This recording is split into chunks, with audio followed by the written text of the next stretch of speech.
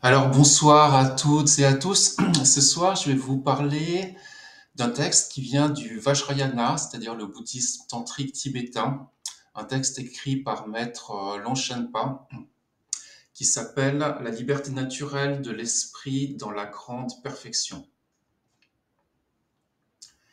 C'est un enseignement qui appartient à la catégorie donc des enseignements tantriques, donc qui s'appuie plus sur les tantras que sur les sutras. Et c'est un enseignement qui s'inscrit dans les écoles et les philosophies Dzogchen, Mahamudra, pour ceux qui connaissent. Voilà. Alors, on va tout de suite commencer avec l'introduction à ce texte. Hommage au glorieux Samantabhadra, son essence parfaitement pure et au-delà des objets de la pensée. Donc Samantabhadra, c'est en fait le Bouddha primordial, le Bouddha originel. Il est toujours représenté de manière traditionnelle avec un corps bleu. Donc, pourquoi? Parce que le bleu, pour les Tibétains, ça fait référence à la couleur du ciel. Le ciel, ça fait référence à l'espace, et l'espace, ça fait référence à ce qui est infini. C'est pour ça qu'il est toujours représenté de cette manière traditionnellement. Samantabhadra, en fait, c'est la partie de nous qui n'a jamais chuté, qui n'est jamais tombé dans la dualité, qui n'est jamais tombé dans la méprise. On pourrait dire que c'est la première âme, c'est-à-dire l'âme qui ne s'est jamais incarnée, qui n'a jamais chuté dans la dualité grossière du monde, de la relation sujet-objet. C'est parce que cette âme primordiale, cette première âme, qui n'est jamais tombée, contrairement à la deuxième âme, c'est une façon de parler, hein, c'est une façon de voir les choses, elle est toujours en nous. Et c'est pour ça qu'il y a une possibilité pour nous d'être libérés.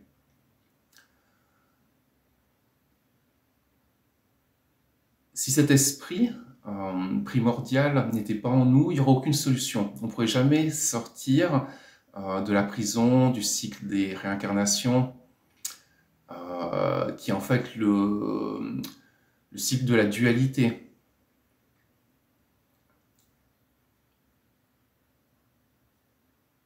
De la dualité qui implique tout un tas de choses, comme notamment la naissance et la mort. Enfin, ça, on va expliquer un petit peu plus. Sa nature spontanée apparaît comme la clarté essentielle. La clarté essentielle, on peut aussi l'appeler la lumière vivante, la lumière de rêve, la lumière non née.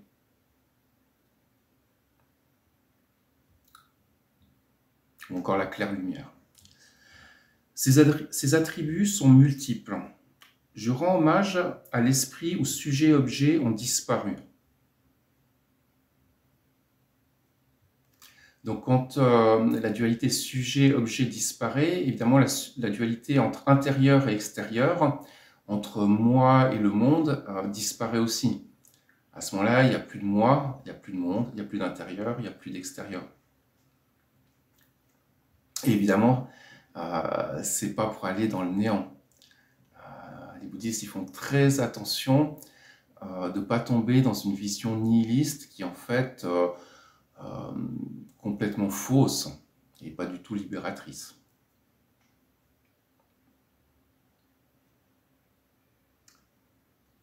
Mais justement, c'est ce qu'il va dire maintenant. Je rends hommage à l'esprit où sujet et objet ont disparu et qui ne choit pas dans les opinions extrêmes, c'est-à-dire qu'il ne tombe pas dans des opinions extrêmes. Les opinions extrêmes, c'est quoi? C'est croire que tout est réel. Ça, c'est une opinion extrême, parce que ça, c'est une vision très animale, très grossière, qui manque beaucoup de subtilité. Et il y aurait l'autre vision qui est de croire que tout est illusion, et qu'il n'y a rien d'autre que l'illusion. C'est aussi une vision très fausse, parce que quand on est dans cette vision-là, on aura tendance à tout négliger, à négliger toute notion, je ne sais pas, de respect, de moralité. On n'aura plus l'idée de prendre soin de soi, de prendre soin de son corps, etc. Et ça, c'est aussi quelque chose qui est une voie qui est complètement fausse. Fausse dans quel sens? Dans le sens qu'elle ne conduit pas du tout à quelque chose de joyeux. Voilà.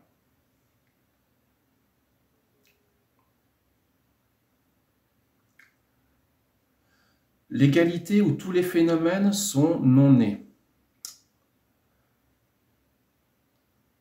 L'égalité où tous les phénomènes sont non nés englobe sans s'y attacher les perceptions de l'esprit, libre depuis toujours. C'est le roi merveilleux, l'esprit naturellement libre. Je vous l'explique tel que je l'ai réalisé. Écoutez. Voilà, fin de l'introduction.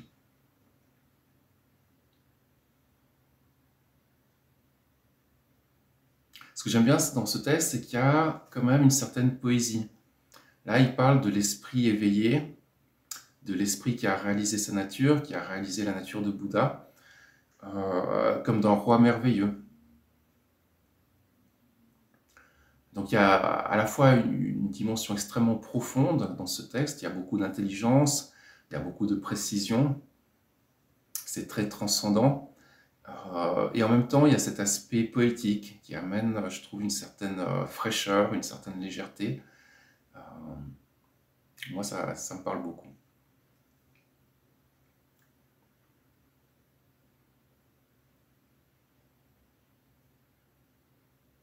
Je ne vais pas trop expliquer ce paragraphe, parce que ça va être développé dans tout ce qui va suivre maintenant. Alors maintenant, on rentre vraiment dans le vif du sujet, parce que dans ce texte, il y a, je crois, 3 aspects. Le premier, c'est la vue. Le deuxième, ça serait la méditation. La méditation, pas du tout dans un sens ordinaire. Le troisième, l'action. Là, on va parler que de la vue, mais ça englobe de toute façon tous les autres aspects.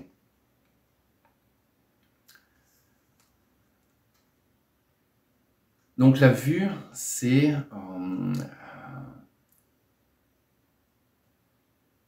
quelque chose qui va se développer à partir, alors là je vais être un tout petit peu technique, à partir d'une profonde ouverture, d'une totale ouverture du chakra cœur, mais aussi de l'ouverture d'un canal très très subtil, très très secret, qui existe entre les yeux et le chakra cœur. Voilà.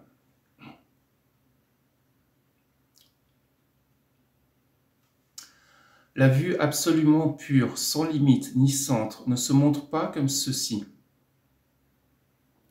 Sans étendue ni hauteur, au-delà de l'éternité et du néant, elle est libre des souillures des 4 extrêmes. Donc, au-delà de l'éternité et du néant, ça rejoint ce qu'on disait avant, l'éternité, l'éternalisme, c'est une vision qui fait croire que tout est réel, que tout existe comme ça a l'air d'exister, qu'une pomme existe comme étant une simple pomme, qu'une maison existe comme étant une simple maison.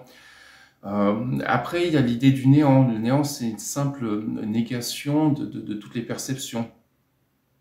Donc, quand on voit une maison, on dit qu'il n'y a pas de maison. Quand on voit une pomme, on dit qu'il n'y a pas de pomme.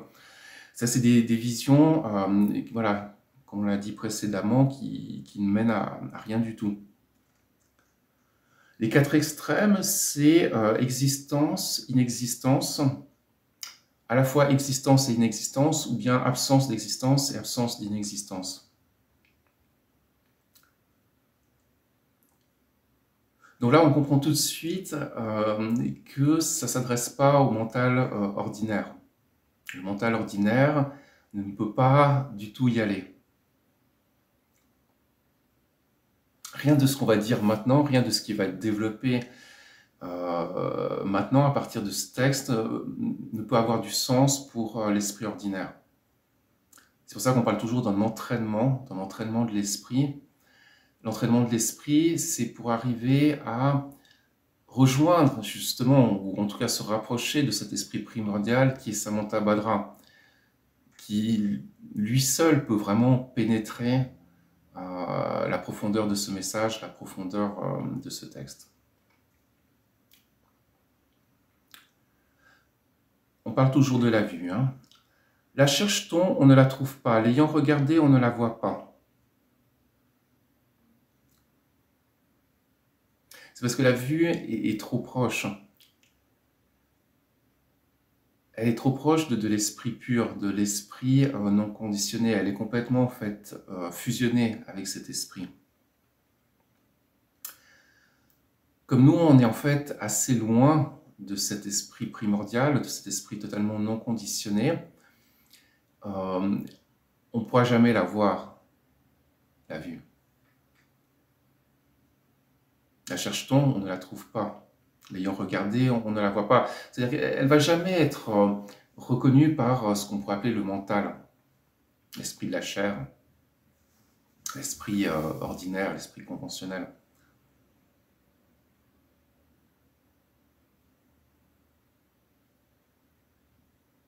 Et même pour l'esprit primordial, il n'y a pas de possibilité d'avoir une relation duelle avec la vue. La vue, ça ne pourra jamais être un objet.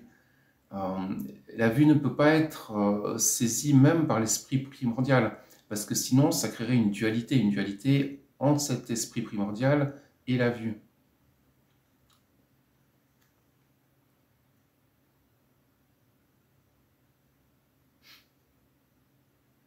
Au-delà des opinions et de la partialité, en aucun cas un objet mental. Bah voilà, c'était exactement ce qu'on était en train de dire. Voilà, ça peut en aucun cas être un objet mental.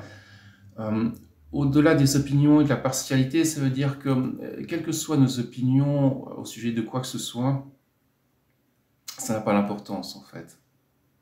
Nos croyances, nos convictions,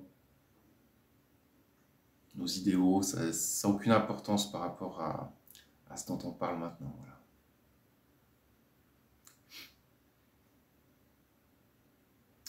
Ce n'est pas un système philosophique, elle n'est ni vide ni non vide. Elle ne dépend ni de la réalisation ni de l'absence de réalisation, ni de calcul ou d'objectifs précis. Donc ça, c'est quelque chose que je trouve très intéressant. Il nous dit la vue n'est ni vide ni non vide. Autrement dit, elle transcende toutes les catégories de l'esprit. Elle transcende toutes les dualités.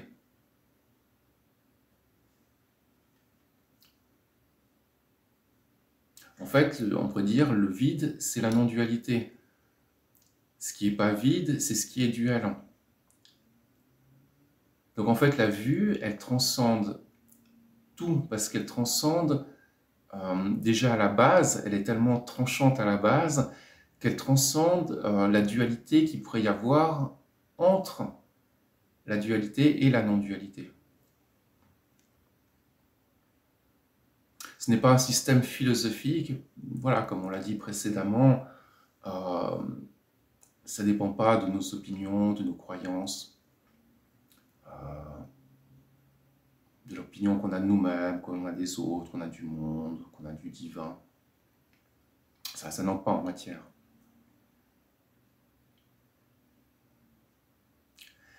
Puisque cet éveil, l'absolue pureté primordiale de tout, est sans naissance, ni cessation, informulable, inconcevable et inexprimable, c'est la sphère où pur et impur n'ont plus d'existence. Vastitude où toutes choses sont inconcevables, égales et parfaites. Sans entrave ni liberté, sans aller ni venue, ni résidence.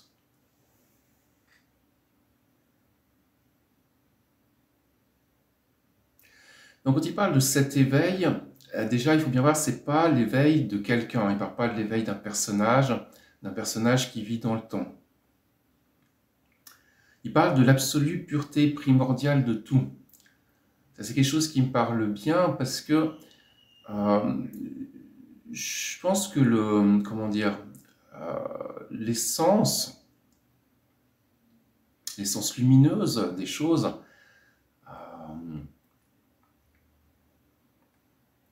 la pure lumière, la lumière non née, la lumière qui est comme un amour sans cause et sans limite, comme une beauté qui dépend de rien, d'aucune forme.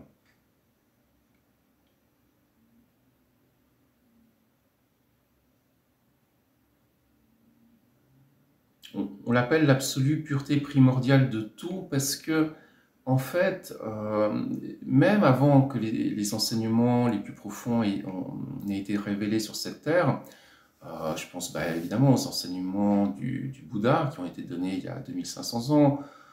Après, il y a les enseignements chrétiens qui sont venus il y a 2000 ans, etc. Mais même, je ne sais pas, il y a 100 millions d'années, 200 millions d'années, à l'époque des dinosaures, l'absolue pureté primordiale de tout était déjà là, elle était déjà complète. Elle n'a pas besoin qu'il y ait des gens qui s'éveillent pour être ce qu'elle est.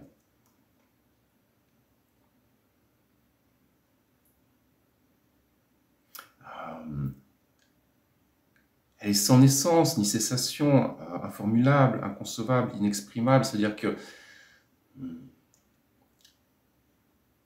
bien qu'elle soit toutes les formes, elle transcende toutes les formes, même les formes les plus subtiles. Même les formes les plus subtiles.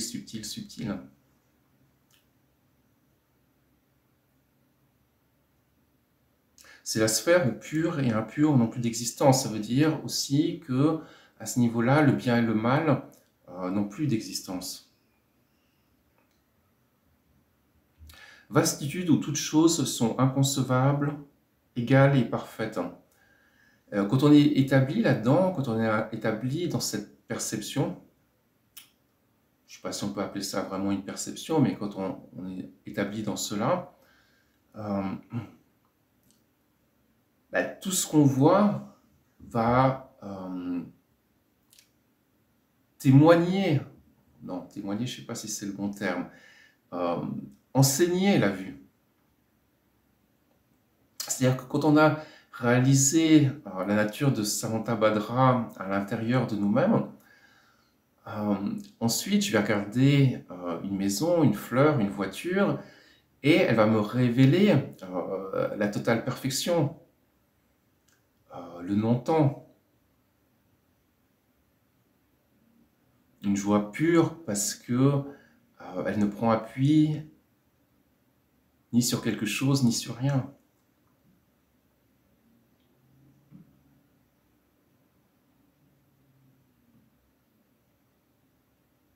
Sans entrave ni liberté. Ce dont on parle, la vue, elle ne peut pas être entravée parce qu'elle n'existe pas de manière duelle. Elle ne peut pas être libérée non plus, pour la même raison.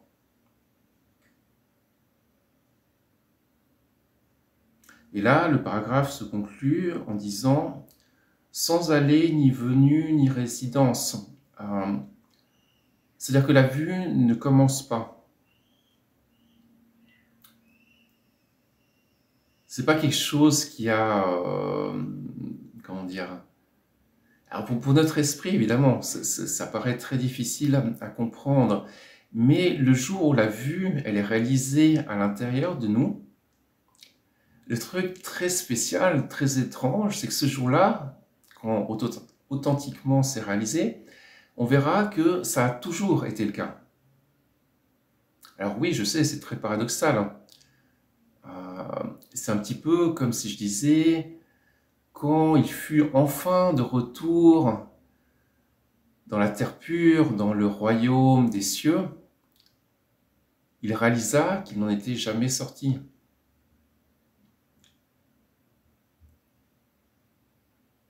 Il y a l'exemple aussi du rêve. C'est-à-dire quand on rêve, et si c'est un rêve compliqué, On rêve qu'on est, je sais pas, très loin de chez nous, perdu dans une forêt obscure, menaçante, etc.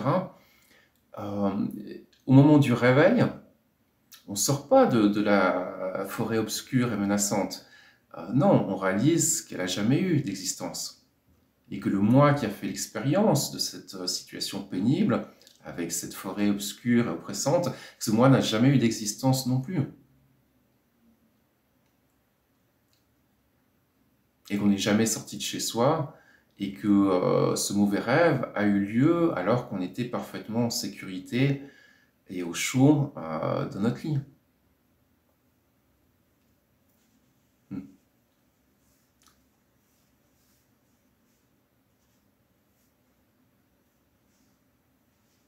Illusion de sujet et d'objet, concept d'apparence et de vacuité, samsara et nirvana, bonheur et souffrance, sont comme des beaux rêves et des cauchemars.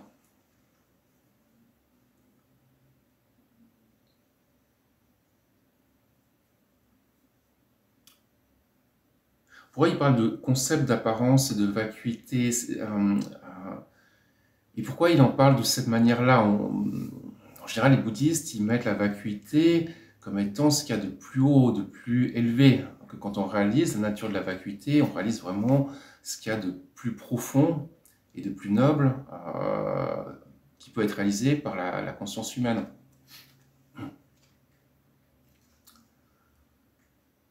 Mais la vacuité, il faut bien comprendre que c'est un antidote. C'est un antidote à quoi? À l'impression d'exister véritablement, à l'impression que le monde est dur, solide, extérieur à notre esprit. C'est pour ça que la vacuité, elle est très importante. Mais la vacuité, elle est censée, comment dire, complètement dissoudre notre tendance à saisir les phénomènes, à les considérer comme existants en dehors de nous-mêmes, de manière réelle, etc. C'est ça que la vacuité doit éliminer. Mais une fois que la vacuité, elle élimine la vision grossière, elle doit aussi être éliminée. Comme un médicament. Quand on est malade, on prend un médicament, mais le médicament, il doit éliminer la maladie, mais il ne doit pas rester dans le corps. Une fois qu'il a éliminé la maladie, il doit aussi être éliminé. Les deux doivent être éliminés ensemble, la maladie et le médicament. Sinon, il y a un problème. Samsara et Nirvana. Donc Samsara, c'est le cycle des réincarnations, la roue qui tourne perpétuellement. Et le Nirvana, c'est ouf, j'en suis sorti. Mais le gros problème, c'est justement, c'est que tu en es sorti. Si tu en es sorti, ben, qu'est-ce qui prouve que tu ne pourras pas y retourner ou que d'autres êtres ne pourront pas y retourner? Alors, le samsara, donc, c'est le fait de tourner en étant privé de liberté dans le cycle des incarnations, hein, s'incarner sous une forme, sous une autre, etc. etc. Le nirvana, c'est quand on arrive à sortir de ce cycle, mais c'est pas vraiment une bonne chose, enfin, c'est même pas du tout une bonne chose, parce que là, l'idée, c'est pas du tout de sortir du samsara, c'est de voir que pour l'esprit primordial, cela n'est jamais apparu. Samantabhadra, vu qu'il n'a jamais chuté dans le samsara, il n'a absolument aucun intérêt à rechercher le nirvana. Si une chose ne s'est pas produite, ça n'a absolument aucun sens ni aucun intérêt de me libérer des conséquences de cette chose qui ne s'est pas produite.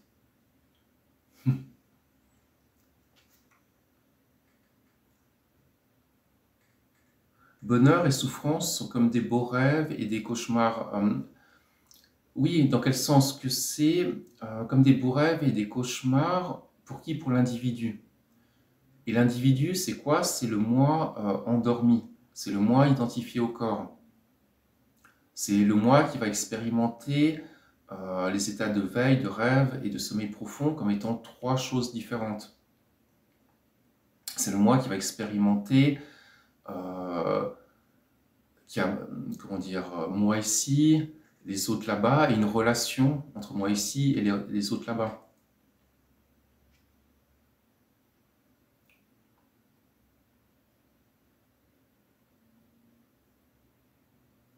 Mais quand on sort du rêve, de l'individualité, on peut voir assez facilement, assez aisément, que les bonheurs et que les souffrances de l'individu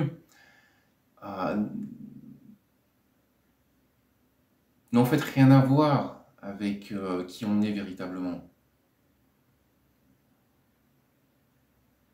C'est comme si je regarde un film, bien sûr, je peux m'identifier au personnage principal et s'il lui arrive un truc cool, je peux me sentir euphorique. S'il lui arrive un truc terrible, je peux me sentir triste ou tendu, ou peut-être je peux avoir même envie de pleurer. Ça peut arriver quand on regarde un film, mais quoi que ce soit qui se passe pour ce personnage, c'est pas à nous que ça arrive, c'est pas à toi que ça arrive. C'est un personnage qui est là-bas. Ça ne concerne pas ce qui se passe ici, en fait.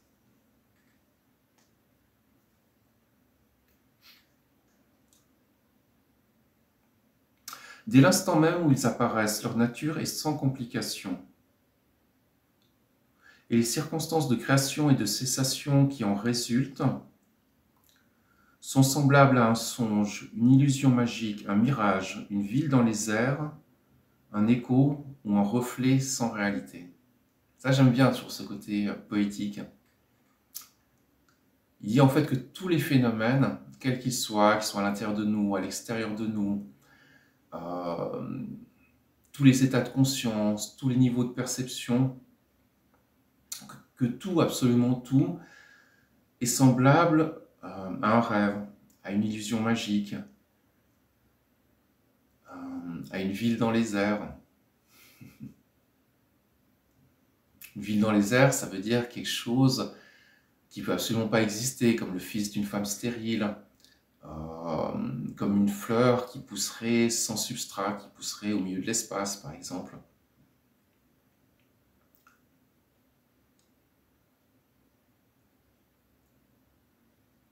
Donc en fait, il ne dit pas que les phénomènes sont inexistants, mais il enlève l'aspect lourd, l'aspect pesant, l'aspect dense au phénomène. Donc en fait, c'est très joyeux parce que il ne demande aucune pratique. Il n'y a pas quelque chose à accomplir, il n'y a pas quelque chose à faire, à dire, il n'y a pas quelque chose à purifier.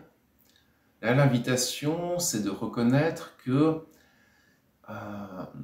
notre seul problème, c'est qu'on accorde beaucoup trop de réalité à tout ce qui se passe. Si on regardait tout ce qui se passe dans le monde extérieur, dans le monde intérieur, comme étant de nature onirique, ça ne veut pas dire de nature inexistante, mais ça veut dire pas comme existant en dehors de nous, pas comme existant de manière solide. Ça changerait tout. Notre vie serait beaucoup plus facile, beaucoup plus légère. On pourrait bien sûr avoir des émotions de colère, de tristesse, mais elles ne deviendraient pas des poisons. Ça serait quelque chose qui nous traverserait sans nous faire du mal.